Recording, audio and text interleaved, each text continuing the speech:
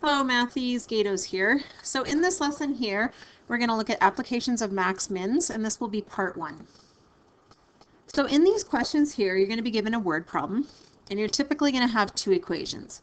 The first equation is the one without the max-min, and that's called our isolating equation. The second one is the one that we're trying to find the max-min for, and I call that the derivative equation. So now the derivative equation can only have one variable, which is where the isolating equation comes into play. You can use your isolating equation to come up with an equation of one variable in terms of the other, and then substitute that into the derivative equation because I'm only allowed one variable. Once I do that, I take the first derivative of my derivative equation that only has one variable, find my critical values, use the critical values to do sign analysis, and find my max or min. And of course, answer with appropriate units. So let's try a question here. It says find 2 positive numbers whose product is 10,000 and whose sum is a minimum. So product means multiply. Sum means add. Okay, so I can see that the one that has the minimum here, this is the derivative equation. So I want to write this using only one variable. I can see I have 2 variables. So I go to the isolating equation, and I want to isolate for one of those variables. Doesn't matter which one you do. So let's say, for example, I want to divide both sides by x. So I get y equals 10,000 over x, or 10,000 times x to the negative 1. I can now substitute that into my derivative equation, and then I have one equation, one unknown. So I'll go ahead and do that. It's going to be x plus 10,000 x to the negative 1 is equal to a minimum. So now I have one equation, one variable. So I'll take the first derivative. So the first derivative of my minimum equation is 1 minus 10,000 x to the negative 2. So I'm just going to add these together because I see this is a fraction, 10,000 over x squared. So I'm going to add them using a common denominator of x squared.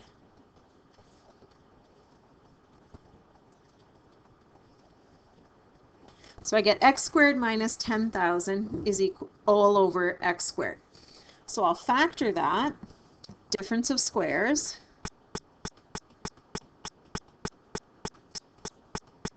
and then I'm ready to state my critical values. Okay, so my critical values in the numerator are 100 and negative 100. So critical values again are the x-intercepts of the numerator and the restrictions of the denominator. So normally I would use all 3 of those as critical values. However, the question says that they are 2 positive numbers. So if they are positive numbers, I know I can't use negative 100 and I can't use 0. So the only one I can use is 100. So let me write this out over here.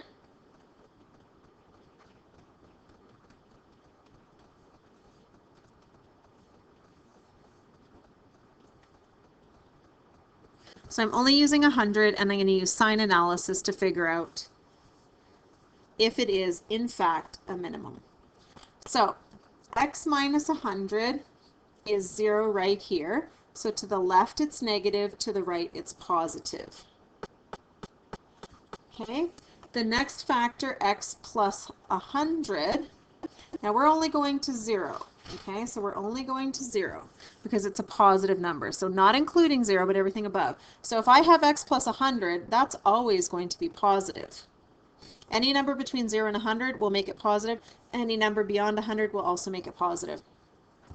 And then in the denominator, when I have something squared, that is always positive. Okay, so here I have one negative, so that is decreasing. Here I have all positives, so it's increasing. So if I'm decreasing and then increasing, that means that I have a minimum when x equals to 100. So that is my minimum value. Okay, So the question says, find the two numbers. So I know that one of the numbers is 100. I want to figure out what the other number is. So I'm going to take my x value and plug it into here, or plug it into here, either is fine, to figure out what the y value is. Okay, so I'm going to say that y is equal to 10,000 divided by 100. So y is 100. So the two positive numbers whose product is 10,000 and whose sum is a minimum are 100 and 100. So I can say that the numbers are both 100.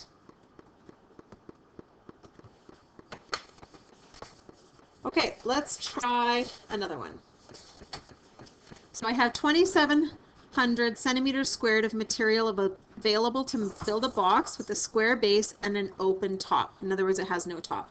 I want to find the largest possible volume of the box. So let's write our two equations. So I have surface area is, so I have area of the base, which is just x squared, plus, now each one of these sides has an area of x times h, and there are 1, 2, 3, 4 sides. So there are 4 x times h. Okay, so my surface area altogether, I'm told, is 2,700. So I'll just replace that with 2,700. Okay, now I want to have a maximum volume. So maximum volume is going to equal to area of the base times the height. Okay, so this is my isolating equation. This is my derivative equation. So the derivative equation is the one with the max. Now you can see on that derivative equation I have two variables. I only want one of them. So I'm going to use my isolating equation to get one of the variables by itself and substitute it in. So if I have 2,700 equals x squared plus 4xh, I'm going to isolate for just h so I can get that guy all by himself. Okay, so I'll subtract x squared from both sides and then divide both sides by 4x.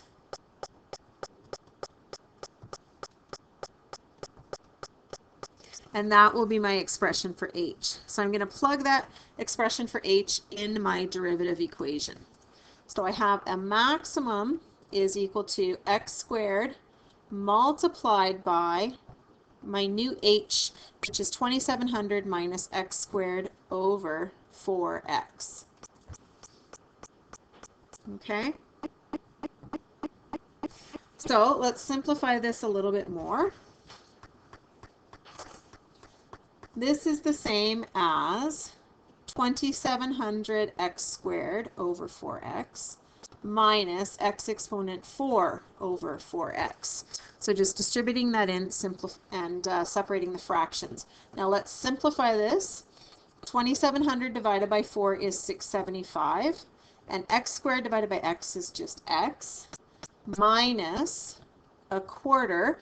X exponent 4 divided by x exponent 1 is x cubed. Okay, so I want to factor that, or sorry, now that it's all set up like this, I want to take the first derivative. Okay, so taking the first derivative, the derivative of 675x is just 675 minus 1/4. Bring the 3 down and decrease my power by 1. So this will be 675, take away 3/4 of an x squared. So to factor this, I don't want fractions, so I'm going to take out a factor of 3/4, and I'm going to also take out a negative to make my leading coefficient positive. So I'm going to factor out negative 3/4. So I'm going to have negative 3/4 x squared divided by negative 3/4 is x squared. 675 divided by negative 3/4 is negative 900. And then I'll just factor this as a difference of squares. Okay, now that I've done that, I can state my critical values of 30 and negative 30. Now, because we're dealing with dimensions of a box, negative 30 does not make sense, so I'll cross that out. So I just have my critical value at 30. Okay, so I'm looking for a maximum, so let's actually work that out and see if I do get a maximum. Okay, so right here at 30, the lowest I could have is 0. Now obviously it won't be 0 because I wouldn't have a box then. So let's look at my first derivative. So negative 3/4 will always be negative.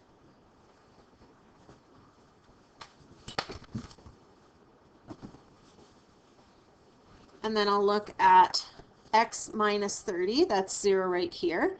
So to the left it would be negative, to the right it would be positive. And x plus 30 will always be positive in between 0 and 30 and beyond 30. Okay, so here I have 2 negatives, which is a positive. Here I have 1 negative, which is a negative.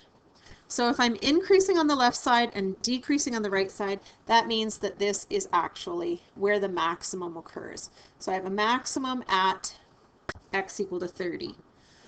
Okay, so let's go back and read the question all the way up here.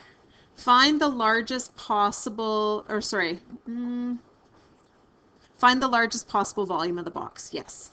Okay, so to figure out the largest volume of the box, I know that this is 30 and this is 30. And then to figure out the height, I can just put that into my expression for height. So for height, I'll put in 2700 minus 30 squared all over 4 times 30. That's my height. And plugging that in, I would get 15. So those would be your dimensions, but we want to actually figure out what the largest volume is.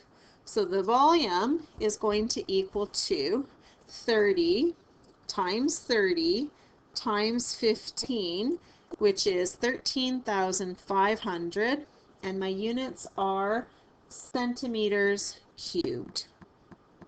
Okay, so the dimensions would be 30 by 30 by 15, but the largest volume would be 13,500. Okay, so that's it for part 1. So I want you guys to look at your textbook questions. Don't do number 4, and then look back for part 2 of this video. Hope that helped.